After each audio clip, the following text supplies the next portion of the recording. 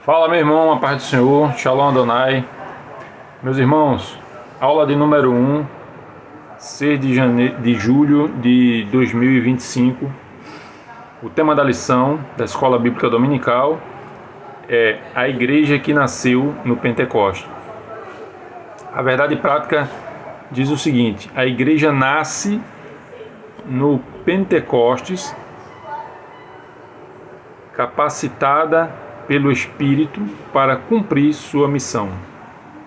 A leitura bíblica em classe é Atos capítulo 2, versículo do 1 até o 14. Se você puder abrir sua Bíblia para acompanhar. Versículo 1 diz assim: cumprindo-se o dia de Pentecostes, estavam todos reunidos no mesmo lugar e, de repente, veio do céu um som como de um vento veemente e impetuoso, e encheu toda a casa em que estavam assentados.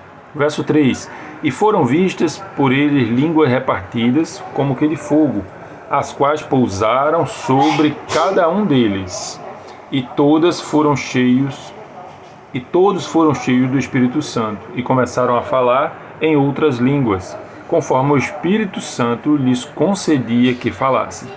Verso 5: e em Jerusalém estavam habitando judeus, varões religiosos de todas as nações que estavam debaixo do céu.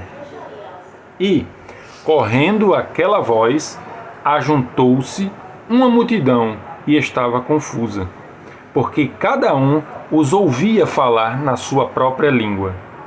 E todos pasmavam e se maravilhavam, dizendo uns aos outros: pois que não são galileus todos esses homens que estão falando? Como, pois, os ouvimos cada um na nossa própria língua em que somos nascidos? Partos e medos, elamitas, e os que habitam na Mesopotâmia, e Judéia e Capadócia, e Ponto e Ásia, e Frígia e Panfilha, Egito e partes da Líbia, junto a Cirene, e forasteiros romanos, tanto judeus como prosélitos, e cretenses e árabes, todos os temos ouvido em nossas próprias línguas falar das grandezas de Deus. E todos se maravilhavam e estavam suspensos, dizendo uns para os outros: que quer isto dizer? E outros zombando, dizendo: estão cheios de mosto. Pedro, porém, pondo-se em pé com os 11, levantou a voz e disse-lhes: varões judeus e todos os que habitais em Jerusalém, seja-vos isto notório, e escutai as minhas palavras. Glória a Deus. Meus irmãos, eis aí a leitura bíblica em classe, capítulo 2, do verso 1 ao 14. É uma leitura que já foi muito pregada, muito conhecida, e agora nós vamos entrar na nossa lição, não é? É importante que a gente entenda que a lição ela traz um objetivo, tá certo? A gente vai buscar aqui ser fidedigno,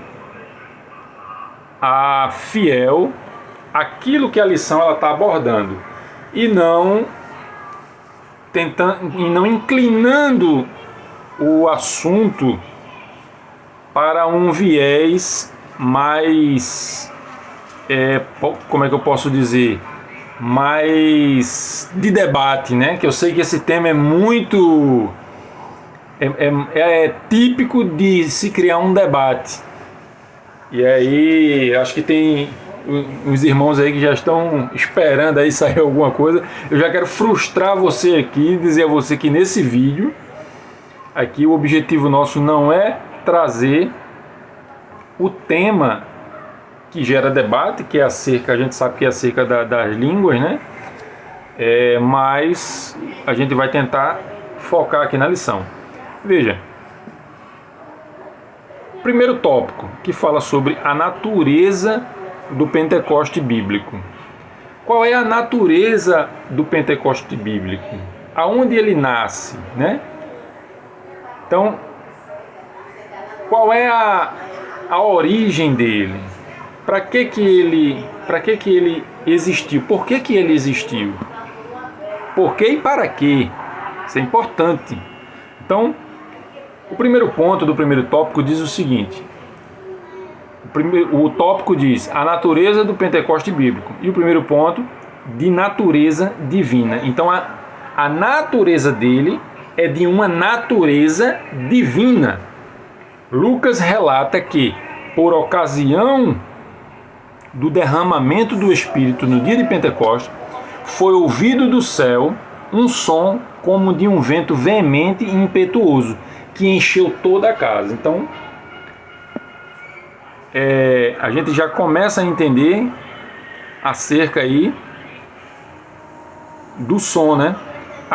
Encheu toda a casa, em que estavam assentados, está lá em Atos 2:2, em que foram vistos por eles línguas repartidas como que de fogo. Atos 2:3. Os estudiosos da Bíblia explicam que esses sinais são manifestações da presença de Deus, chamadas de teofania. Então veja que o comentarista ele primeiro aborda, ele faz uma abordagem aqui, dando ênfase na questão sobrenatural. Pentecostes não é um acontecimento humano, mas é um acontecimento divino, né? É um acontecimento divino. E esse acontecimento divino, ele acontece através de uma teofania. E aí, o que é uma teofania? Isso aqui é importante a gente entender. Isso significa que Deus se revelou de maneira visível e audível. Então a teofania é isso. É uma maneira que Deus usa para se revelar à humanidade, Deus, o Criador, o Pai, o qual ninguém nunca viu e nem pode ver. Ele se utiliza de alguma maneira, de forma audível e visível. Pega essa palavra aí, audível e visível. Então, Pentecoste foi um acontecimento divino que usou a teofania, né? Que é uma revelação, uma forma de Deus se revelar de maneira visível e audível. Então, é muito importante você entender isso. Assim como fez no Monte Sinai. E aí o comentarista, inclusive, ele amarra a ideia apontando lá para o Monte Sinai. Quando entregou a lei a Moisés. Naquela ocasião houve trovões, relâmpagos e um som forte. E o povo ouviu a voz de Deus e viu um grande fogo. Então veja, ele faz uma analogia aqui, uma comparação, ele cria um link entre o Pentecoste e aquele acontecimento que está lá em Êxodo 19:16, quando Deus entrega a lei a Moisés. É um fenômeno que acontece ali, trovões e tudo mais, relâmpagos e tudo mais. Então, Moisés depois lembrou ao povo desse momento, dizendo: desde os céus te fez ouvir a sua voz, para te ensinar, e sobre a terra te mostrou o seu grande fogo, e ouviste as suas palavras do meio do fogo. Então, veja que a revelação de Deus, a maneira que Deus se utilizou para se revelar a Moisés, se revelar ao povo, foi através do fogo, através de som, né? E através de trovões. Então é um acontecimento muito parecido, muito semelhante, tem um link direto com Atos 2. Então essa é a ideia que o comentarista aqui, que a lição ela está trazendo. Então primeiro a gente aprende que é de natureza divina, a maneira como Deus se revela é através da teofania, e os sinais que a teofania ela expressa é a audição, né? Através de um som, né? E a questão visual. Ele deixa muito bem amarrado aqui essa semelhança, né? Segundo ponto, um evento paralelo ao Sinai. Assim como o Sinai, onde a presença de Deus se tornou real como uma das experiências mais marcantes na história,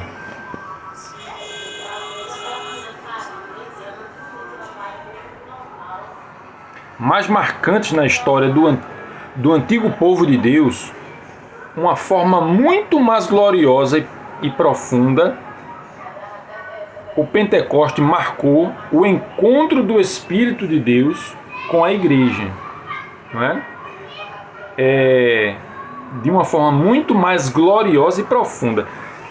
Eu não concordo muito com esse muito mais gloriosa e profunda, como se fosse diminuindo aí o acontecimento lá no Antigo Testamento. Mas eu considero que são dois acontecimentos, né, que têm sua importância, tá? Acho que o comentarista aí, ele talvez não foi intencional, mas esse comentário acho que não pegou muito legal. De uma forma muito mais gloriosa e profunda, o Pentecoste marcou o encontro do Espírito de Deus com a igreja. Lá atrás, o acontecimento tem seus méritos, né? Tem seus méritos, tem sua importância, assim como o Pentecoste também tem sua importância. O Pentecoste marcou o encontro do Espírito de Deus com a igreja. Pentecostes, portanto, é a experiência do Espírito Santo. Lá no Sinai, a letra da lei foi escrita em tábuas de pedras. Aqui no Pentecoste, a palavra de Deus foi escrita nos corações. Então você veja, é como se são complementares, né? São complementares, porque sai do campo da ideia da letra, da palavra, né, ali, e vem agora em Pentecoste atuar nos nossos corações através do Espírito Santo. É a atuação, é a dispensação do Espírito Santo propriamente dita, atuando, né, em todo aquele que nele crê. Tá certo? Terceiro ponto. Então acho que aqui o primeiro e o segundo ponto deu para você entender que a primeira fala da natureza divina, a segunda é um evento paralelo ao Sinai, né? Ele faz referência ao Sinai e mostra que é um outro evento, mas também de grande importância, né? E o terceiro ponto agora, do primeiro tópico, ele vai falar sobre centrada em Cristo e nos tempos finais. Então, o Pentecoste aconteceu de maneira divina e ela é centrada em Cristo e nos tempos finais. Ela tem uma figura escatológica também, ela tem uma conotação escatológica. Então, ela tem a sua base cristocêntrica, tá certo? É importante a gente entender isso. E ela aponta e tem também uma base escatológica, tá certo? Na sua pregação no dia de Pentecostes, Pedro deixou claro que esse evento estava totalmente ligado a Jesus. Isso é fato. ele mostrou que o derramamento do Espírito Santo, diretamente relacionado à morte, ressurreição e ascensão de Cristo. Então, veja que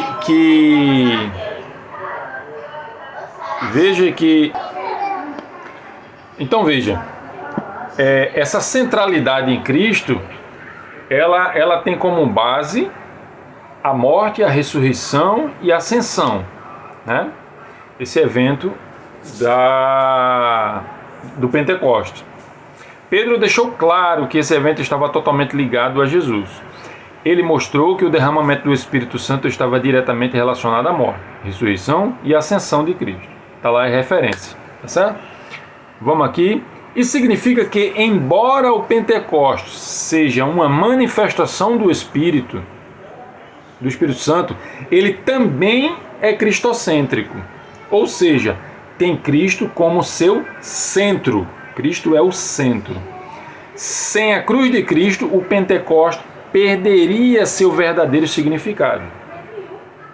Pois não há Pentecostes sem a cruz.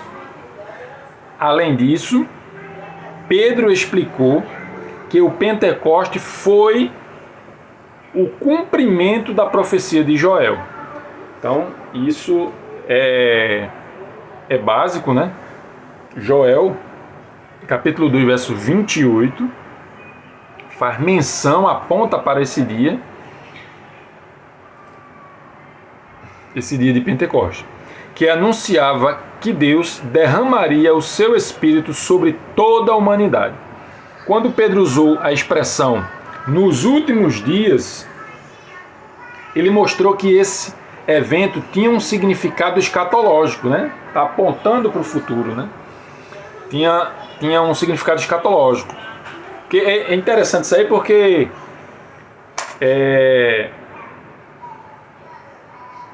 a escatologia, né? Ela não está relacionada a Apocalipse apenas. A escatologia, ela faz menção do porvir, do futuro. Então veja que em Atos, em Joel, se tinha uma profecia, se tinha uma menção escatológica para um acontecimento em Atos ainda, tá? Então por isso se chama que era escatológico. Ele mostrou que esse evento tinha um significado escatológico, ou seja, estava ligado ao plano de Deus para os tempos finais, é o que eu acabei de dizer, tá certo? Glória a Deus. Então veja que se divide em 3 pontos. 3 pontos é o primeiro tópico da lição que nós estamos estudando. Amém, meus irmãos? Deixe seu comentário, deixe seu like, tá certo? E faz um comentário aí. Comenta aí para que a gente possa fazer mais vídeos, para que a gente tenha motivação, né, para estar fazendo esse vídeo aqui para vocês. Tirar dúvidas, façam suas provocações aí, qualquer que seja a sua pergunta. Não existe pergunta besta. Todas as perguntas são importantes, amém? Deus abençoe em nome de Jesus.